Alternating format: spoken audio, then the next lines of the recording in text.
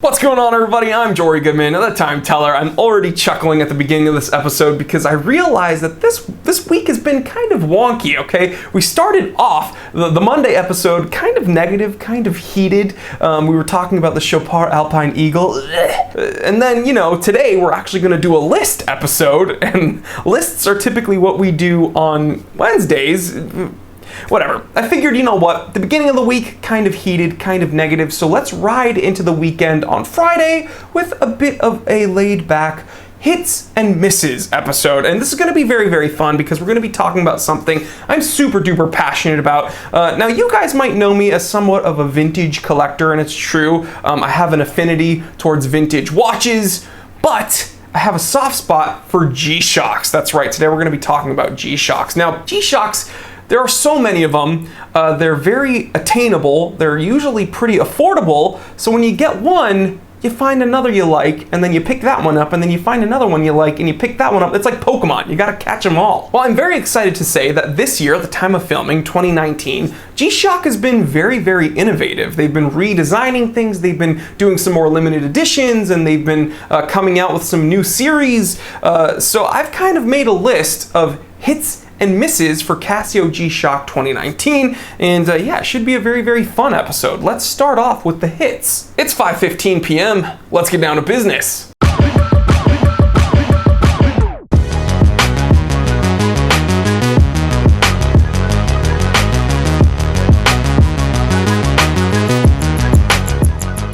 That's right, people, starting off with the hits. The first hit has got to be the new series of S-Series connected watches for women. And I'm actually very, very excited about this because I don't know if you can tell, I'm not a woman.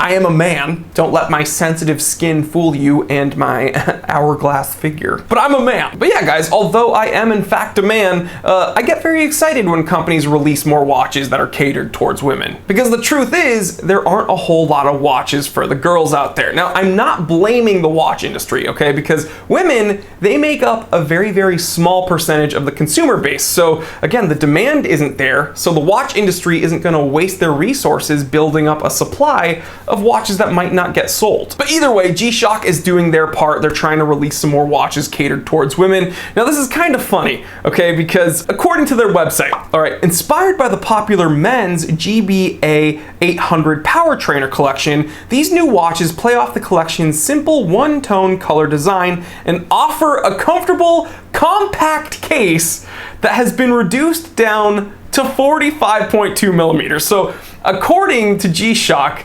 their idea of a compact case is 45.2 millimeters. They say they did this to better fit a woman's wrist. Now, guys, again, 45.2 millimeters, that's still a behemoth. I'm thinking of Connie wearing a 45 millimeter watch, and it would look enormous on her. But again, baby steps for G-Shock. So why is this so cool? Well, according to G-Shock, this is the first one of their watches to be a woman's watch that also offers Bluetooth connectivity and some other little bells and whistles. So for me personally, I don't think it's that big of a deal for a G-Shock to have Bluetooth connectivity because I wouldn't really use that. But again, this is kind of more fitness oriented, and that Bluetooth connectivity allows women to track their steps. And again, you're getting all of the incredible functionality and all the resilience of a G-Shock. And again, it fits better on a woman's wrist, according to G-Shock, 45.2 millimeters, I guess. And in typical G-Shock fashion, this is pretty affordable at 120 bucks each, so you're not gonna break the bank with a ton of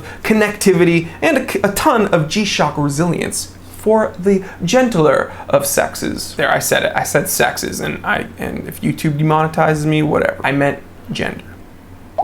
The next big hit for G-Shock 2019 is the new Neo Tokyo collection. Now, this was said to be inspired by one of my favorite movies of all time, Akira. Now, when you just look at the media photos of this watch, you can totally see the opening sequence of Akira, of them riding through Neo Tokyo on their motorcycles and the brake lights, them trailing in the sky. It's just amazing. That opening sequence is crazy, and I think G-Shock nailed it with these colors. You're getting some purples, you're getting a splash of yellow on the hour hand, the minute hand is red, and there's some, I don't know, I totally see what they're getting at though. They're saying Neo Tokyo. I look at this watch, and I think Neo Tokyo. Now again, according to G-Shock's website, they say these timepieces, inspired by the colors of the futuristic metropolises of classic anime films from the 1980s, the 4 new watches boast blacked out bezels with yellow, red, and blue hands as dial accents to represent the city's lights.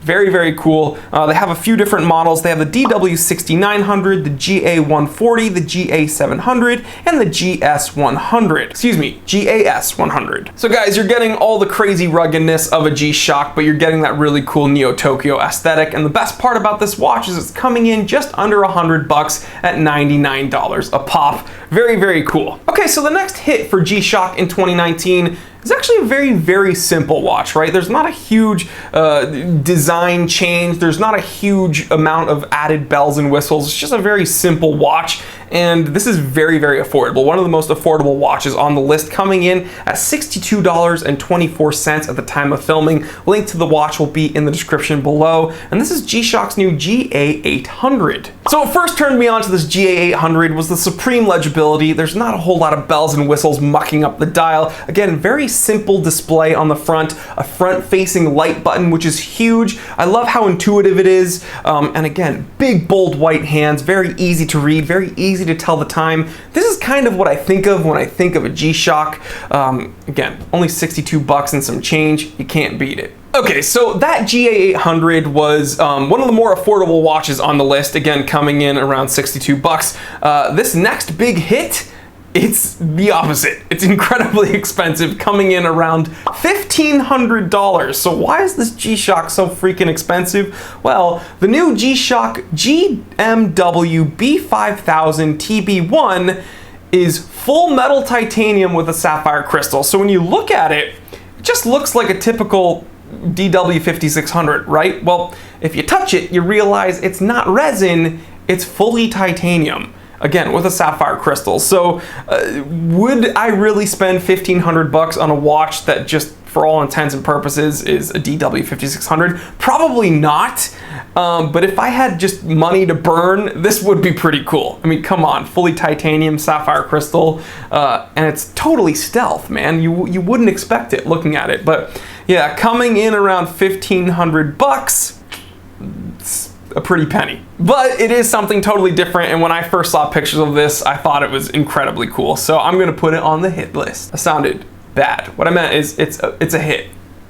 And the final big hit on my list for G-Shock 2019 is the new Frogman, okay? Now, I love the G-Shock Frogman. I've always loved the G-Shock Frogman, but this one is the GWF D1000 ARR1JR Antarctic Research. Very, very cool. This is set apart from the other Frogmen because of some different attributes, and it has that really cool red resin band. Now, what's a bummer is I wouldn't be able to wear that red resin strap anyway, because I get an allergic reaction to those straps. So all of my G-Shocks have NATO straps, and I've made a few episodes. Click up here to see how I changed out my Mudmaster strap. But yeah, this one has a triple sensor, just like my Mudmaster.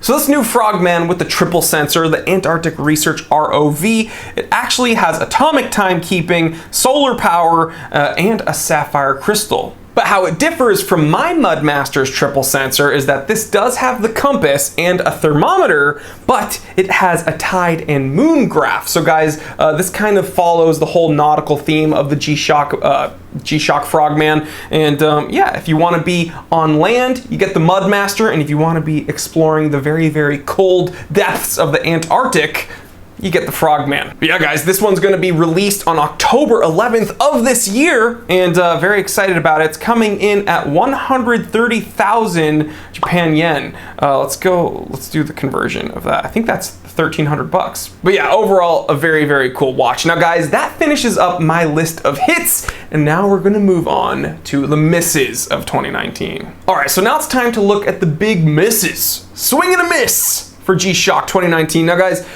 G-Shock's been really pushing their new carbon core technology lately, and I have no issue with the carbon core technology. It's that the design of this new extra thin GA2100 carbon core guard, boring, okay? I didn't think G-Shock would jump on the whole hype train for the whole Royal Oak Patek Philippe Nautilus, but they have, and everyone's calling this the new G-Shock Royal Oak. And I can see why. It looks like a G-Shock Royal Oak. Bummer! Now they have a really cool red version, they have a black version, and they have a black version with white hands. All of them just look like a stupid Royal Oak. Honestly, if I had to get one, I'd probably get the red one, even though it looks really obnoxious. I'm just sick of this, guys. Like, first, it was like Parnas and a bunch of those stupid companies. Then it was like Bagel Sport. And then, let's see, fast forward to now, it's Bell & Ross and Chopard. Like, all these companies are just like, let's stop it with the whole Patek Philippe Nautilus homages and the Royal Oak homages. I'm sick of it. I'm sick of this stupid industrial design. We don't need it. G-Shock, you're better than that. So this new extra thin GA2100 carbon core guard, huge miss. All right, so the next big miss for Casio G-Shock in 2019 is another carbon core, and it's a Mudmaster. Guys, it's the new and improved Mudmaster. New and improved. So why do I hate this new Mudmaster carbon core? Is it because I'm jealous of its quad sensor? Because, hey, mine only has the triple sensor. Well, this quad sensor is really just a triple sensor with a step counter. Ta-da! That's right, they thought that we'd be silly, and they thought that if they just put quad sensor, we'd think it's, you know, the best and brightest, new and improved. This is the Mac Daddy of the Mudmaster line. Well, it's not, okay, because they added a step counter and they removed the solar power. Like, what the heck, dude? If this is a Mudmaster, okay, yeah, it has Bluetooth connectivity, has carbon core technology, and a step counter, but this thing does not get power from nature. So if you're actually going to be using this like they want you to use it, all their media photos show some big rugged guy holding an axe outside, you know, these smoke jumpers, these dudes that fight fires. They're there trudging through marshes and cutting down trees, and they have the new Mudmaster on their wrist. Well, what happens when they've been out there for a little bit too long and they've been using the step counter and they've been using the Bluetooth connectivity and they have to charge the watch? That's right, you're supposed to put this on a charging station to charge it. You can't use the sun like my Mudmaster and the other Mudmaster. Like, what the heck's the point, dude? The Mudmaster is supposed to be the ultimate survival watch. That's supposed to be the watch that you rely on to get you home. I don't want to have to charge this thing. So yeah, okay, they added a step counter to the triple sensor. Who freaking cares about that? They've made it so, yeah, it has Bluetooth connectivity, a thing I will never use, and you have to charge it. Oh, come on. Why did they do that? They downgraded the Mudmaster. This is not the new and improved version. This is the reduced worse version. Huge miss. Next up on the miss list is gotta be a G-Steel. Man, I would add every single G-Steel to this miss list if I could. The G-Steel GST B200 carbon core, guys. Again, we're just carbon core, baby. I don't have a vendetta against carbon core. It's just all these new carbon core G-Shocks. Terrible. Now, I don't dislike this because of the carbon core technology. I dislike it because it's ugly. And again, it has rivets in the bezel. This looks more like a Hublot than anything else. And honestly, that's probably the worst thing I could say about a watch. This looks like a Hublot. Disgusting. Huge miss. And the final watch on my miss list for Casio G-Shock 2019, the G-Shock MTG B1000 DCM 1AJR metal camouflage pattern. Now guys, when I first saw this watch, I assumed it was under the G-Steel line. Is it under the G-Steel line? I think it is. So okay, the camouflage pattern looks pretty cool. It does. It looks cool. The watch, rivets in the bezel, super ugly, dial kind of gaudy with the gold hands and the sub-dials with the gold bezels around them, the gold buttons. I would never ever wear this. I feel like if you wear this, you have to have a Monster Energy drink shirt on. Disgusting. But yeah, for anybody who's actually interested in this watch, it's getting released November 2019, so not that far away. But yeah, not a huge fan. Just super duper ugly and gross. Huge miss in my opinion. But you know, these last few on my miss list, it's been personal preference. Really, this whole episode has been personal preference. So I'm not trying to make anybody feel bad if you do like any of these watches. I'm just expressing my opinions to you guys. And with that being said, that's it, guys. Those are my hits and misses for G-Shock 2019. Now guys, all in all, this is a very positive episode because I like companies trying new things, as long as those new things aren't old things. And what I mean by that is when a company releases a new watch and that new watch just looks like a Royal Oak or a Patek Philippe Nautilus, that's a bad thing. I said this episode would be positive, so let's be positive. Anyway, I'm very excited. G-Shock in 2019, overall, you're doing fine, honey. You're doing a good job. Keep it up. And yeah, there were a few I didn't like, but that's fine. But let me know what you think. What do you think about the list? Did I hit the nail on the head? Did I miss the mark? You'll tell me either way, so leave me that comment in the comment section. I want to hear from you. And if you want to see my list of my favorite G-Shocks of all time, it's in the description below. There are some links. When you click those links and shop around, you help the channel out a ton, and you keep us here on YouTube, and you let the editors eat, because I have to pay my editors. It's crazy, I know.